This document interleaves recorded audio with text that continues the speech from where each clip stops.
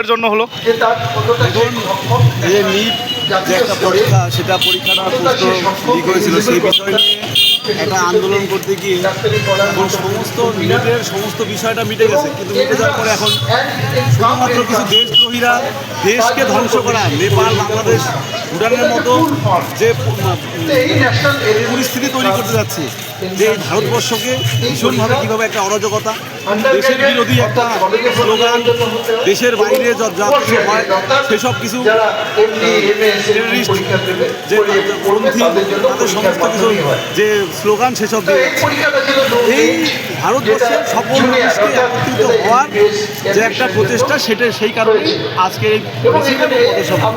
দাদা পথসভাটা কোথা থেকে কোথায় শেষ হলো? পথসভাটা শুরু হয়েছে ময়নাগুড়ি যে অটল ভবন, সেই অটল ভবন থেকে শুরু করে ট্রাফিক মোড়ে শেষ করে। দাদা আপনার নাম আর পরিচয়টা? নাম আমার শঙ্কর সরকার, আমি ভারতীয় জনতা যুব মোর্চার সাধারণ সম্পাদক। ধন্যবাদ দাদা।